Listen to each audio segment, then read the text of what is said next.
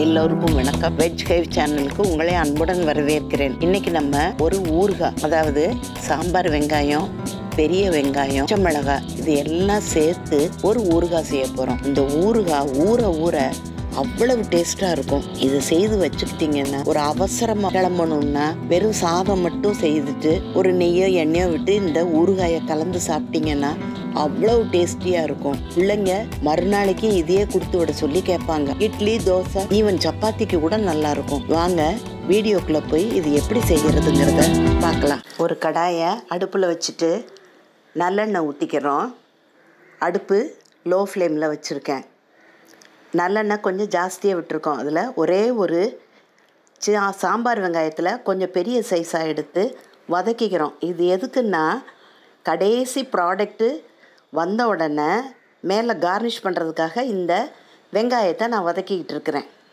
இப்போ வதக்கி ஒரு மிளகாய் வத்தல் கிள்ளி தாளிச்சிருக்கோம். இதோட வெங்காயம், அதாவது 2 பெரிய வெங்காயமும் 1/4 கிலோ சாம்பார் வெங்காயமும் எடுத்திருக்கேன். 1/4 கிலோ சாம்பார் வெங்காயத்தை சின்ன சின்னதாக நறுக்கி வச்சுருக்கேன். அதை இந்த தாளிச்சோம் இல்லையா, அந்த மிளகாய் வத்தல் கடுகோட சேர்த்து போட்டுக்கிட்டு வதக்குறோம். அதாவது ப்ரௌன் கலரில் வதங்க வேண்டாம், கொஞ்சம் கண்ணாடி பதம் வதங்குற அளவுக்கு வதக்கணும். அந்த சமயத்தில் கொஞ்சம் கருவேப்பிலை சேர்த்துக்கிறோம்.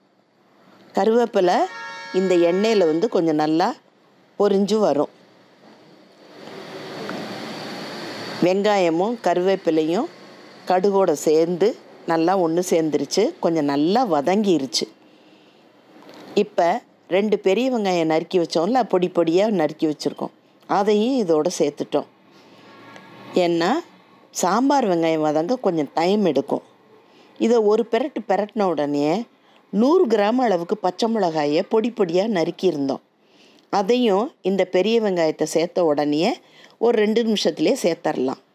இப்போ சாம்பார் வெங்காயம், பெரிய வெங்காயம், பச்சை மிளகாய் எல்லாம் நல்லா வதங்கி வர்ற நேரத்தில் கொஞ்சம் மஞ்சப்பொடியும் பெருங்காயமும் சேர்த்துக்கிறோம். பெருங்காயம் கொஞ்சம் துடிக்க இருக்கட்டும், இதுக்கு வாசனை இருந்தால் நல்லாயிருக்கும். நம்ம ஏற்கனவே பெருங்காயம் பொரிச்சு வேற வச்சுருக்கோம். இப்போ கொஞ்சம் தூள் பெருங்காயம் சேர்த்துருக்கோம். ஏன்னா சும்மா பொடியும் போடுறதோட கட்டி பெருங்காயம் பொரித்து போடுறதும் இந்த ஊறுகாய்க்கு தனி வாசனையை கொடுக்கும். இப்போ லோ ஃப்ளேமில் வச்சுக்கணும், ஏன்னா வெங்காயம் அடி பிடிக்க ஆரம்பிக்கும். இந்த நேரத்தில் நம்ம கல்லுப்பை பொடி பண்ணி வச்சுருக்குறோம், அதை சேர்த்துக்கிறோம். வெங்காயம் சீக்கிரமாகவும் வதங்கும், அடி பிடிக்கிறதுக்கு கொஞ்சம் தவிர்க்கலாம். லோ ஃப்ளேம்லேயே வச்சுக்கோங்க. அடி பிடிச்சிச்சின்னா நம்ம இவ்வளோ கண்ணீர் வடிய வடிய நம்ம பார்த்த வேலையெல்லாம் கெட்டு போயிடும். அதனால் கொஞ்சம் கேர்ஃபுல்லாக லோ ஃப்ளேமில் வச்சு நல்லா ஒரு எலுமிச்சம்பழம் அளவுக்கு புளி, அந்த புளிப்பு தன்மைக்கு தகுந்தாப்புல நான் புளி பேஸ்ட்டு சேர்த்துருக்கேன். நல்லா 2 டீஸ்பூன் அளவுக்கு நிறக்க போட்டிருக்கேன். நீங்கள் உங்கள் புளிப்பு தன்மைக்கு தகுந்தாற் போல் இந்த வெங்காயத்துக்கு பச்சை மிளகாய்க்கு சேர்த்துக்கோங்க. இது நல்லா எல்லாத்தோடையும் வெங்காயம் பச்சை மிளகாயோட ஒன்று சேர்ந்து வரணும். இப்போ நல்லா திருப்பி கொடுக்கணும், அடியில் பிடிக்கக்கூடாது. லோ ஃப்ளேம்லேயே வச்சு செய்யுங்க. பாருங்கள், இப்போ அடியில் லேசாக பிடிக்க ஆரம்பிக்குது, அதை நம்ம பிடிக்க விடாமல் அதை திருப்பி விடணும். இப்போ நல்லா ஒரு மாதிரி உதிரியாக இருந்த வெங்காயம் இந்த புளியெல்லாம் உப்பெல்லாம் சேர்த்த உடனே கொஞ்சம் தொக்கு மாதிரி ஒன்று சேர்ந்து வருது. இப்போ உங்களுக்கு பார்த்தாலே தெரியும், பச்சை மிளகாய் போட்டிருந்தாலும் தனி மிளகாய் பொடி ஒரு 2 டீஸ்பூன் அளவுக்கு உங்கள் மிளகாய் பொடியோட காரத்துக்கு தகுந்தா போல் சேர்த்துக்கோங்க. இந்த ஊறுகாயில் காரம், அந்த வெங்காயத்தோட இனிப்பு, வெங்காயத்தோட காரம் எல்லாமே சேர்ந்து, பச்சை மிளகாயோட காரம் எல்லாம் சேர்ந்ததோட நம்ம இனிமேல் வெல்லம் வேற போட போகிறோம். இது ஊற ஊற அவ்வளோ நல்லாயிருக்கும். இந்த நேரத்தில் நம்ம கொஞ்சமாக தண்ணி சேர்க்கணும், எல்லாம் ஒன்று சேர்க்கறதுக்கு. என்ன ஊறுகாயில் தண்ணியான்னு நினைக்காதீங்க, உதிரியாக இருக்கும். இதை வேகிறதுக்கு கொஞ்சமாக ஒரு 1/4 டம்ளர் தண்ணி நான் எடுத்து வச்சுருந்தேன், அதுலேயே மிச்சம் வச்சுட்டேன்.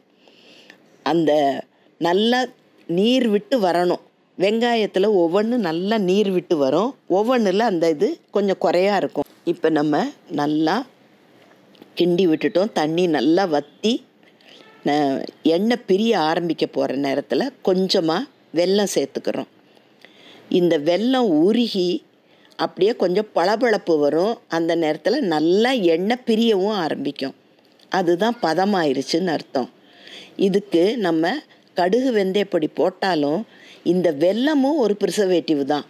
நல்லெண்ணெய், காரப்பொடி, உப்பு எல்லாமே ப்ரிசர்வேட்டிவ் தான்.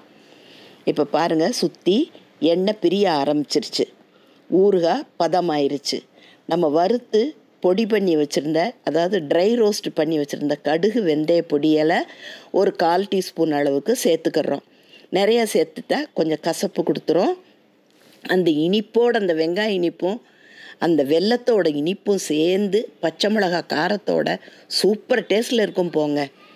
இது சப்பாத்திக்கு கூட நல்லாயிருக்கும்.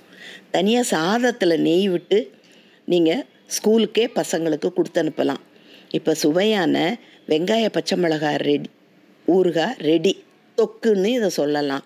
இந்த வீடியோ உங்களுக்கு எல்லாருக்கும் பிடிச்சிருக்கும்னு நினைக்கிறேன். பிடிச்சிருந்தா லைக் பண்ணுங்கள், ஷேர் பண்ணுங்கள், சப்ஸ்கிரைப் பண்ணுங்கள். அடுத்த வீடியோவில் சந்திக்கும் வரை நன்றி, வணக்கம்.